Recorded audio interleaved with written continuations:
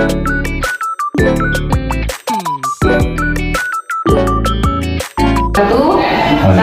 Yunita Dwi Kristinawati, CGP Angkatan 11, Kabupaten Probolinggo. Hari ini saya akan mewawancarai Bapak Kepala Sekolah SMP Negeri 2 Sumber, Bapak Tri Susilo, berkenaan dengan tugas saya sebagai seorang CGP, demonstrasi kontekstual tentang pengambilan keputusan yang akan beliau ambil, yang di dalamnya ada dilema etika. Baik, saya akan langsung memulai wawancara saya dengan Bapak Tri Susilo. Assalamualaikum Pak Tri. Waalaikumsalam. Bagaimana kabarnya hari ini Pak Tri? Alhamdulillah baik-baik saja dan sehat saja. Bagaimana juga keadaannya Bu Yunita? Apakah juga sehat? Alhamdulillah Pak Tri, terima kasih. Sebelumnya saya ucapkan terima kasih ya Pak Tri karena sudah berkenan untuk diganggu ini. Ya. Langsung saya nanti wawancara ini. Ya. Baik Pak Tri, kami ini CGP punya tugas yaitu demonstrasi kontekstual, di mana di dalamnya itu menjelaskan tentang keputusan-keputusan yang akan diambil yang berkenaan dengan adanya dilema etika di dalam keputusan tersebut. Nah, di sini kita itu diminta untuk mewawancarai 2 orang kepala sekolah, dan yang pasti kepala sekolahnya sendiri juga. Di sini ada Pak Tri. Jadi nanti pertanyaan-pertanyaan saya seputar tentang kasus-kasus di mana di dalamnya itu bagaimana menyelesaikan kasus-kasus itu, tahapan-tahapannya seperti apa, apakah ada hambatan, begitupun pula apakah ada hal yang bisa mempermudah Pak Tri mengambil keputusan, dan juga refleksi nantinya. Seperti itu Pak Tri. Baik, pertanyaannya pertama Pak Tri ini adalah selama Pak Tri menjabat di SMP Negeri 2 Sumber ini, adakah kasus yang membuat Pak Tri itu mengalami dilema etika? Kasusnya selama saya di SMP ini ada beberapa kasus yang kita Bisa diceritakan secara singkat Pak Tri kasusnya? ya biasanya yang pertama yang banyak yang kemarin itu biasanya meninggal yang kita angkat ya itu salah petik yang tidak ditetapkan bersama, kemudian juga dia melanggar kesepakatan bersama yang ada di kelas, yang namanya yang masuk ya, mungkin hanya bermain saja di luar kasusnya. Dan sebenarnya anak itu anaknya yang karakter, apalagi yang dia juga sebagai korupsi, dia sebenarnya juga hal gampang itu. Jadi itu kita yang kita diskusikan bersama. Jadi kasusnya ini bagaimana seorang ketua OSIS yang sebenarnya dia itu ya pinter, ya sopan, dan bagus sudah ini Pak, tapi ternyata dia itu melanggar peraturan. Jadi terjadi sebuah dilema dalam diri Pak Tri ini, harus bagaimana mengambil keputusan terhadap anak ini, gitu dia. Yeah. Untuk selanjutnya, lalu bagaimana Pak Tri ini berusaha untuk mengambil sebuah keputusan untuk menyelesaikan masalah dari anak ini, ketua OSIS ini? Jadi kalau kita mengambil keputusan pelanggaran yang diberikan oleh satu siswa itu, kita harus yang pertama kita mencari masalahnya, mencari apa yang salah. Kemudian yang kedua, mengapa mereka itu kok berbuat seperti itu. Jadi kita cari dulu akar permasalahan. Setelah kita ada 2 hal itu, maka kita diskusikan pertama dengan wali kelas, karena di dalam lembaga ini ada wali kelas dan guru. Lalu kepala sekolah ke anak-anak di pelajaran, sehingga nanti kita ketemu di mana akar permasalahan. Berarti ini ya Pak Tri, pertama kita Pak Tri mencari akar masalahnya dulu, penyebabnya itu seperti apa, lalu di situ Pak Tri nggak langsung mengambil keputusan, tapi bisakah ke guru-guru dulu, terutama ke wali kelas gitu. Setelah itu baru mungkin ada komunikasi ya Pak Tri untuk mengambil sebuah keputusan. Baik, untuk selanjutnya hal-hal apa saja yang Pak Tri anggap efektif dalam Pak Tri tadi itu Pak? Kalau kita yang mencari yang efektif itu ya pertama kita memanggil anaknya, kemudian kita identifikasi kenapa dia berbuat seperti itu, kemudian kita ikut langkah lagi. Langkah-langkahnya ya kita kemudian menanyakan ke teman sayanya, kemudian sahabat saya yang ikut melanggar seperti itu. Kemudian setelah anaknya itu kita panggil, maka kita bisa pakai yang berarti kita pakai musik. Jadi karena lingkungan sekolah kita hanya satu desa, saya nggak utuh ya. Saya untuk menangani kasus yang ada di lembaga ini, saya lebih penting untuk musik. Jadi kita datangi rumah mereka, kita bisa diskusi baik dengan orang tua maupun dengan anaknya. Kalau misalnya anaknya hubungan, saya kira nanti ada kesepakatan antara sekolah dan lembaga. Kita tidak perlu mengambil Menarik sekali. Jadi Pak Tri ini di awal itu pasti komunikasi nih Pak. Dianggap efektif oleh Pak Tri ini adalah komunikasi, tapi dibanding Pak Tri memanggil orang tua ke sekolah, ternyata Pak Tri lebih suka untuk memvisit, sehingga langsung mungkin dalam keadaan yang nyaman, keadaan di rumahnya seperti apa bisa diketahui dan bisa diselesaikan. Luar biasa sekali Pak Tri, ternyata ini ada hal yang sangat menarik dari Pak Tri, lebih suka melakukan home visit daripada langsung ke sekolah. Selanjutnya apa hal-hal yang menurut Pak Tri adalah sebuah tantangan dan halangan dalam Pak Tri mengambil keputusan, contohnya seperti kasus yang barusan ini, kasusnya. Tantangannya sebenarnya tidak begitu banyak. Tantangan yang banyak kan hanya anak itu kadang-kadang sekarang diingatkan, besok mulai lagi ya dalam. Jadi tantangannya ya seperti namanya anak-anak remaja itu kan tingkat kenakalannya kan yang mulai berarti kelas 9 itu biasa di lembaga manapun kelas 9 itu banyak sekali anak-anak yang sering melanggar daripada yang kelas 9. Jadi sekarang diingatkan besok lagi ya, kita perlu yang namanya pendekatan secara baik personal maupun secara sosial, karena anak-anak itu tidak mengulangi perbuatannya yang itu melanggar aturan atau kesepakatan. Jadi memang halangannya itu memang lebih banyak dari anak-anak ini sendiri yang ya kalau katanya orang sini tambun gitu ya. Jadi mungkin menurut Pak Tri memang perlu ada lebih pendekatan secara personal ke anak-anak seperti itu Pak Tri. Baik, untuk selanjutnya Pak Tri, pertanyaan selanjutnya, dalam mengambil keputusan ini sampai akhirnya Pak Tri itu memutuskan sesuatu, menyelesaikan masalah, apakah Pak Tri itu punya jadwal tertentu atau pada saat terjadi sebuah masalah langsung diputuskan atau tunggu dulu, nanti saya jadwal dulu, apa seperti itu Pak Tri? Jadi kalau lebih baik ya ada masalah kita segera secepatnya, kita tidak usah menunggu jadwal. Jadi begitu ada masalah yang kita selesaikan, walaupun tidak hari itu selesaikan, tapi kita punya tahapan penyelesaiannya. Mulai dari mencari ada masalah, kemudian mencari informasi, dan mencari ya dari berbagai informasi kebenaran dari anak-anak itu. Ya lebih cepat lebih baik. Jadi Pak Tri ini tidak suka menunda-nunda keputusan ya Pak Tri, langsung ada masalah langsung dianalisa dulu, langsung sebisanya langsung diselesaikan secepatnya Pak Tri. Baik, untuk selanjutnya kalau tadi faktor-faktor yang menjadi penghalang, sekarang adakah faktor yang memudahkan Pak Tri dalam mengambil sebuah keputusan?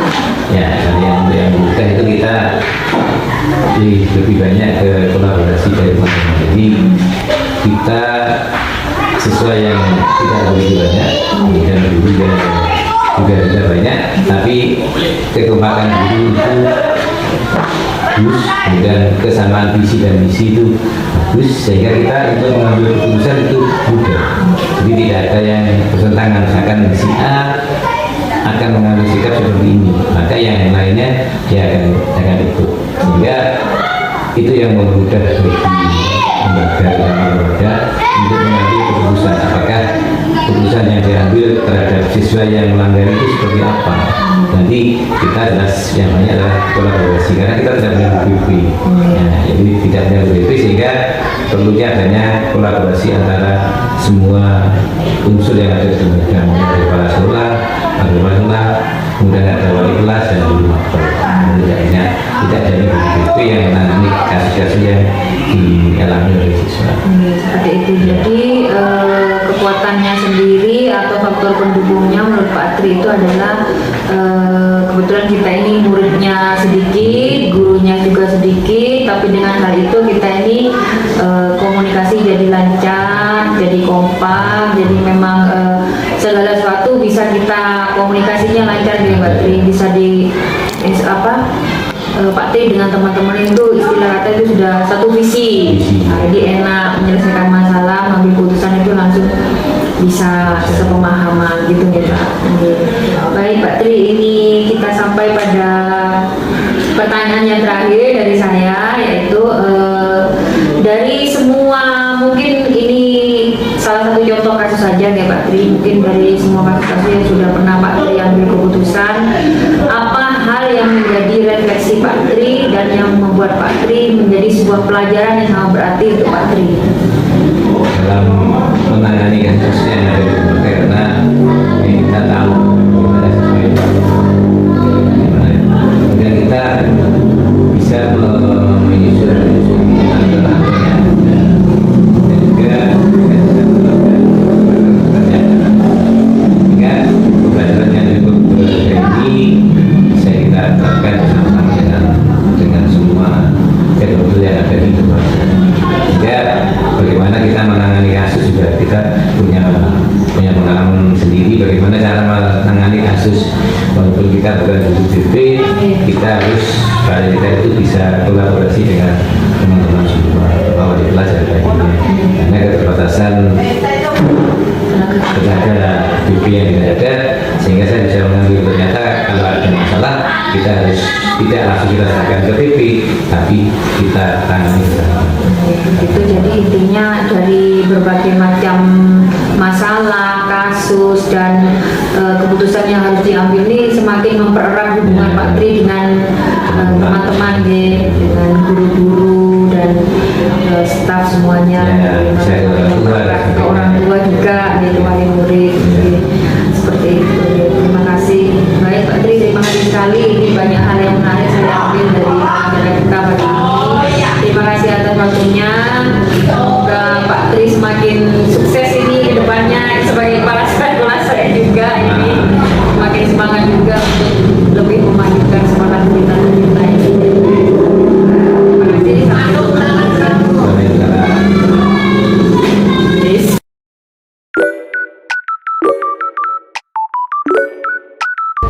Assalamualaikum warahmatullahi wabarakatuh. Kali ini saya akan melakukan sebuah wawancara tentang pengambilan keputusan berkaitan dengan tugas saya sebagai calon guru penggerak di demonstrasi kontekstual.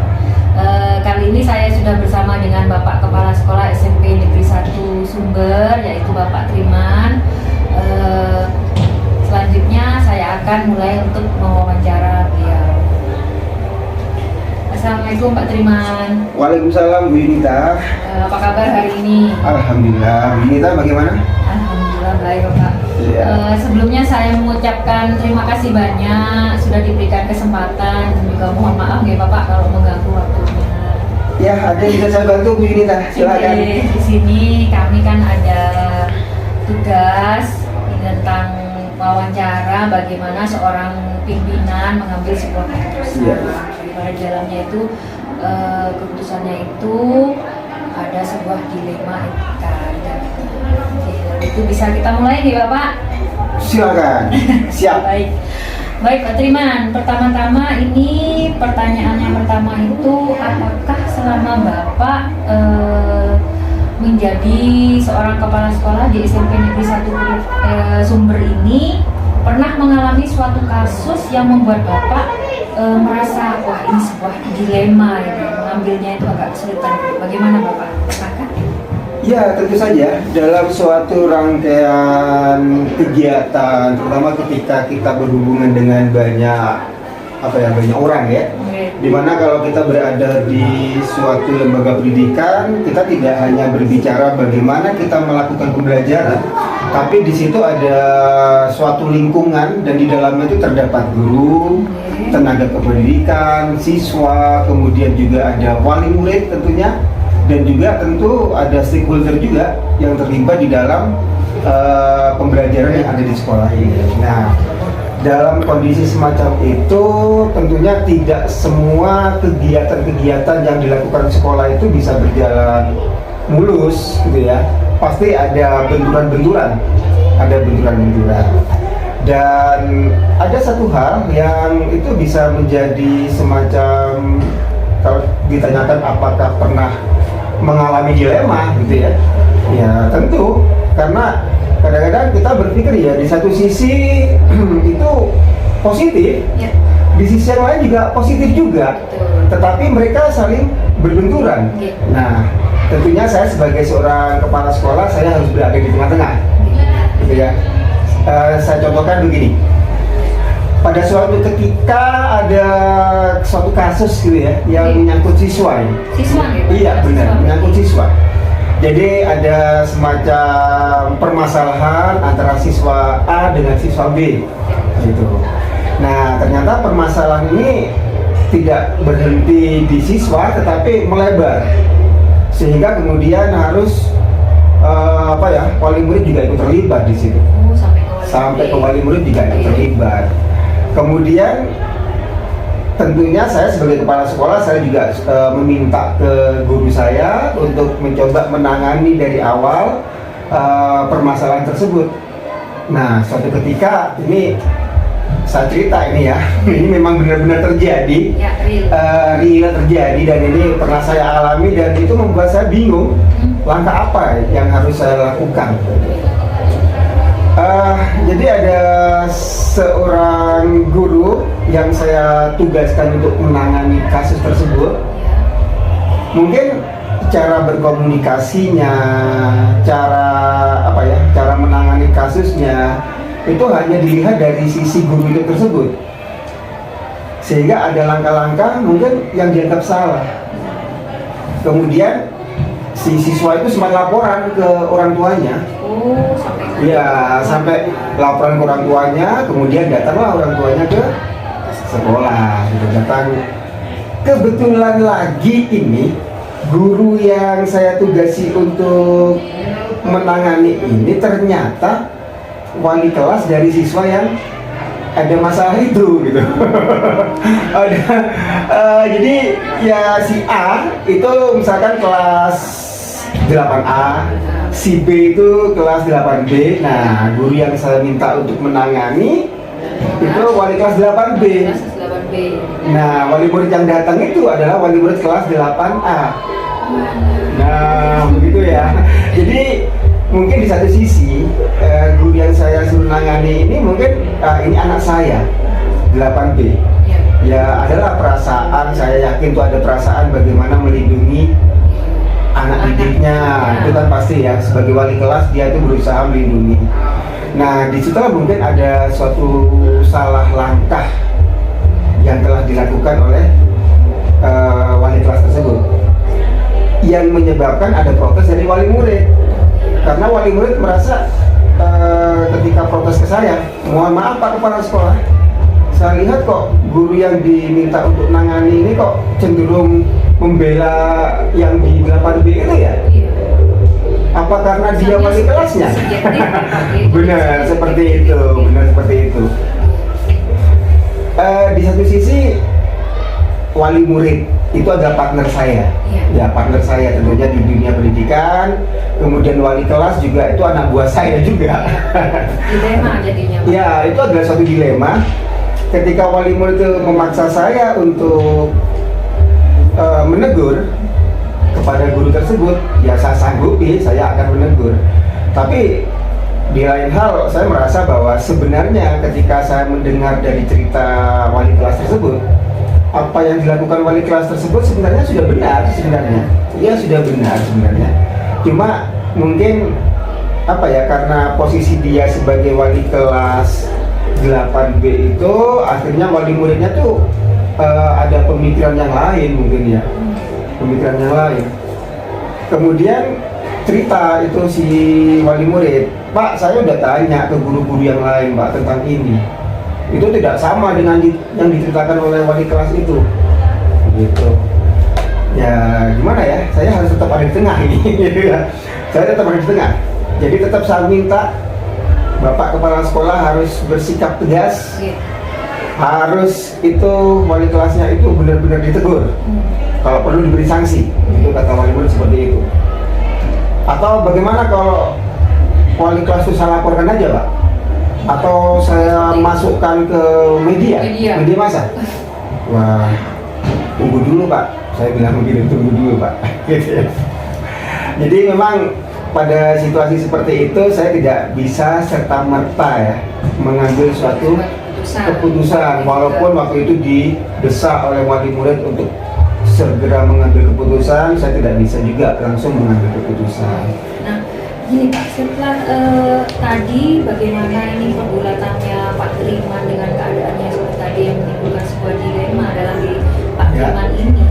Lalu bagaimana gitu? Bagaimana Pak Triman itu langkah-langkah Pak Triman untuk mengambil sebuah keputusan ini sekiranya semua pihak itu jadi apa nih? Rasa puas lah dengan hasil keputusan itu ya. Seperti itu. Pada akhirnya bagaimana caranya Pak Triman itu? Jadi yang pasti saya berdiskusi dengan wali murid. Diskusi. Secara khusus ya. Diskusi. Saya beri waktu secara khusus kepada wali murid itu untuk berdiskusi dengan saya, menyampaikan semua unek-uneknya kepada saya. Kemudian saya coba fasilitasi apapun pendapat yang beliau sampaikan ke saya. Beliau minta apa? Saya iyakan. Tapi saya iyakan belum tentu kan saya harus memutuskan sesuatu sesuai dengan apa yang dikehendaki. Saya hanya memfasilitasi apa yang diinginkan, langkah apa yang diinginkan. Dan tentunya keputusan akhir tergantung nanti pada tahap berikutnya. Tahap berikutnya saya juga akan minta waktu kepada guru itu, saya juga akan berdiskusi dengan guru itu. Kemudian saya juga mengajak siswa-siswa itu untuk berdiskusi juga, ingin tahu bagaimana sebenarnya yang terjadi. Yang pasti memang ketika ada suatu permasalahan pada siswa itu, satu prinsip yang saya pegang adalah kita tidak bisa menyalahkan salah satu sisi anak.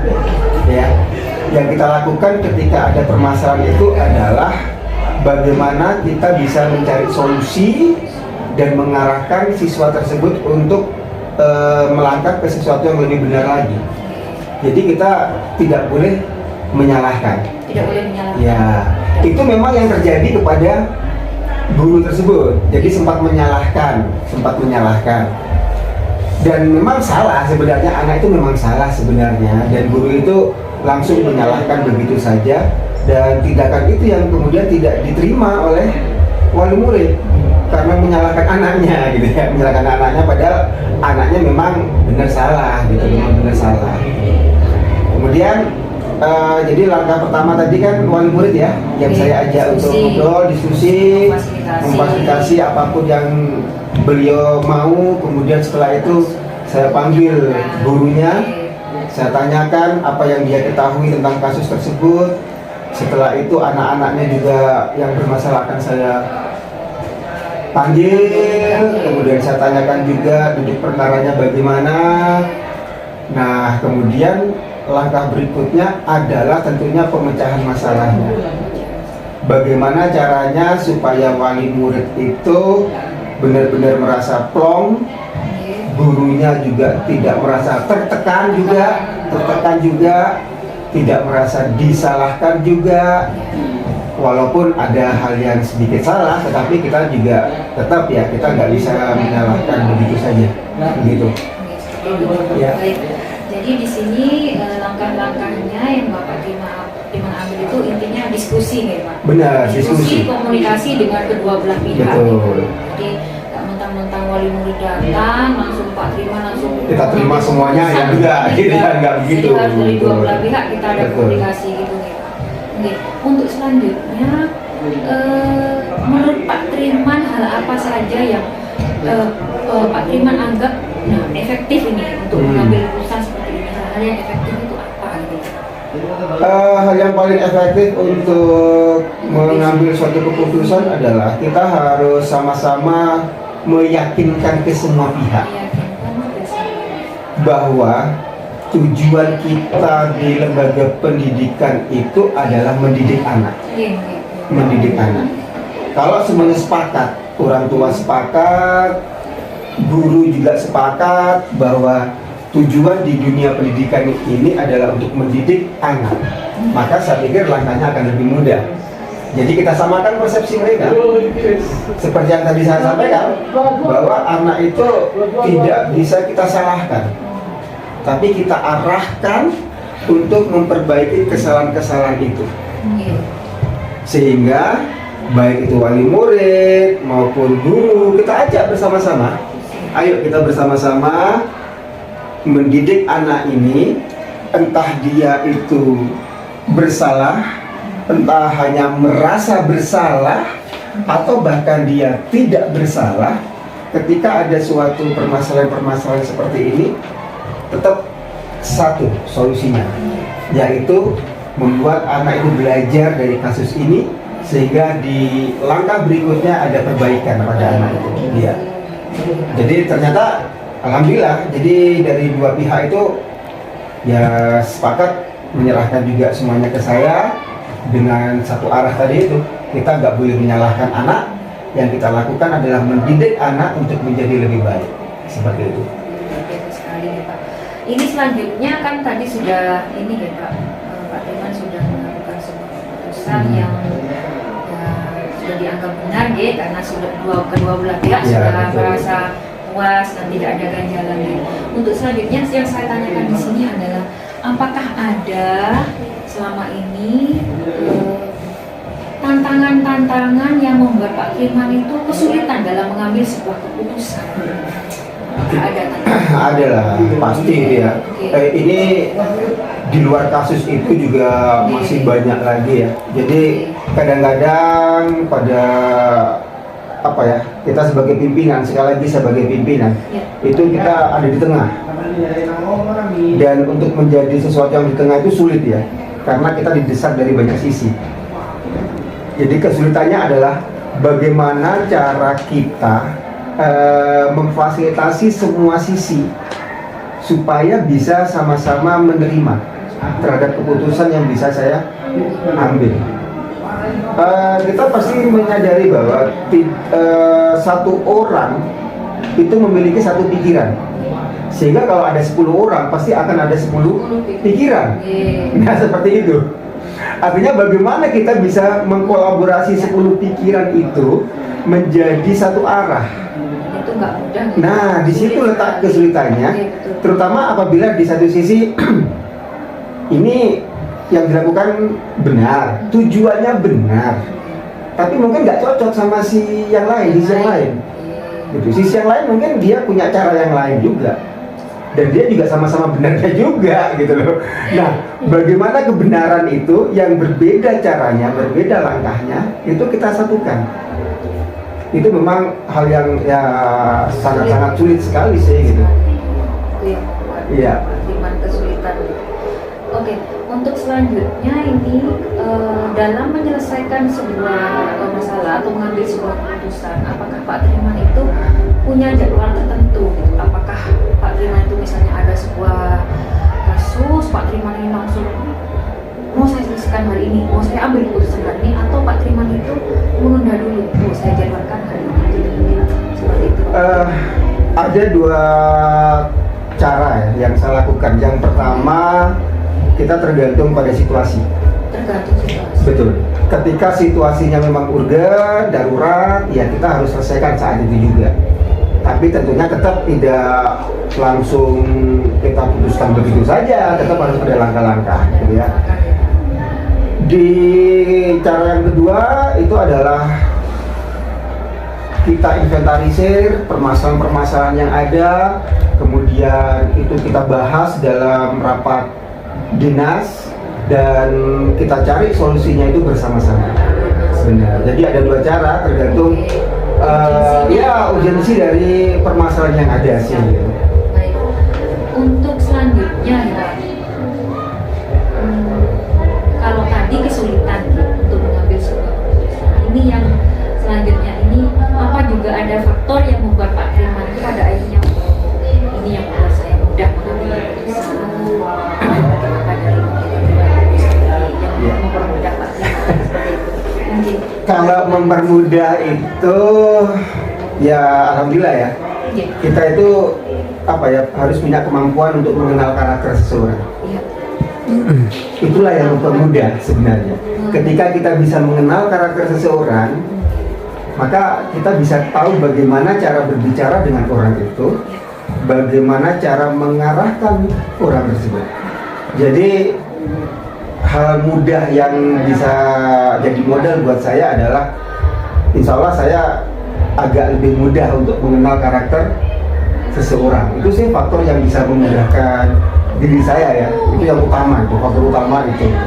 Termasuk yang ya mengenal karakter orang yang sedang bermasalah itu gitu.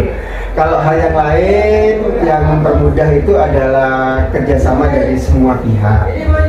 Tentunya ketika ada sesuatu permasalahan kita nggak hanya apa ya mendapatkan informasi dari satu sisi ya, kita juga butuh sumber informasi yang sebanyak-banyaknya. Ya alhamdulillah di sini guru-guru saya, tenaga-tenaga kependidikan saya, ketika saya coba untuk ajak diskusi, mereka itu sering memberikan masukan-masukan sih buat saya itu bagaimana langkahnya itu.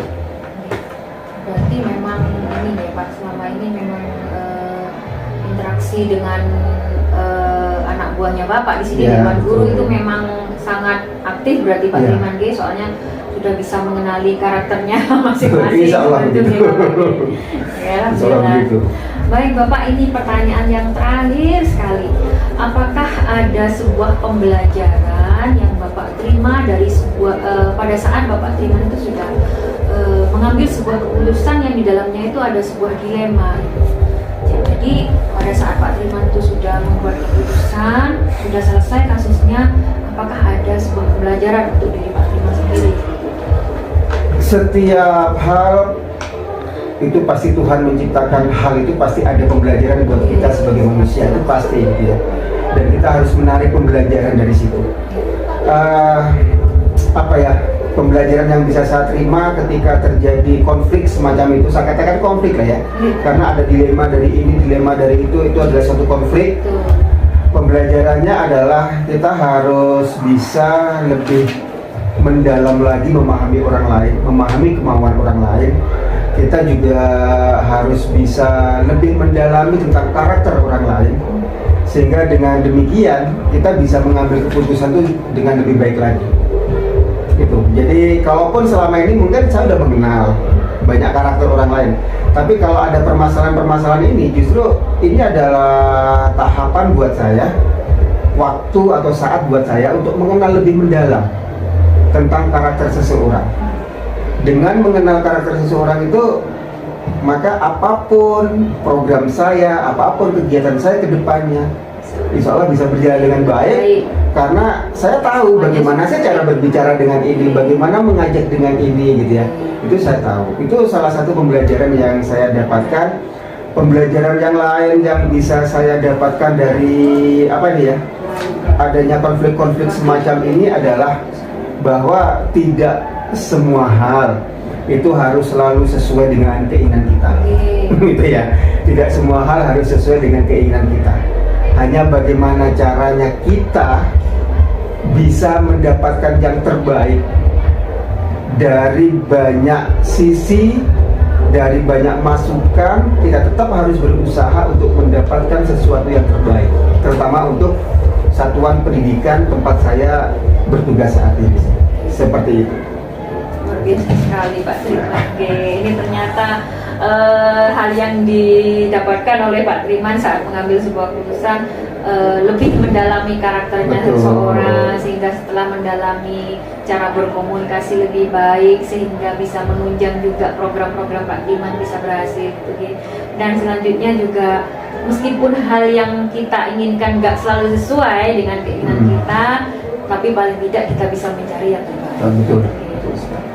Baik Pak Triman, terima kasih banyak waktunya Sama-sama, ini. Bu Alhamdulillah Indah. sangat mendetail sekali penjelasannya. Siap. Mudah-mudahan membantu apa yang saya sampaikan. Amin. Terima kasih banyak. Terima kasih Pak Triman. Monggo. Ya, Assalamualaikum. waalaikumsalam warahmatullahi.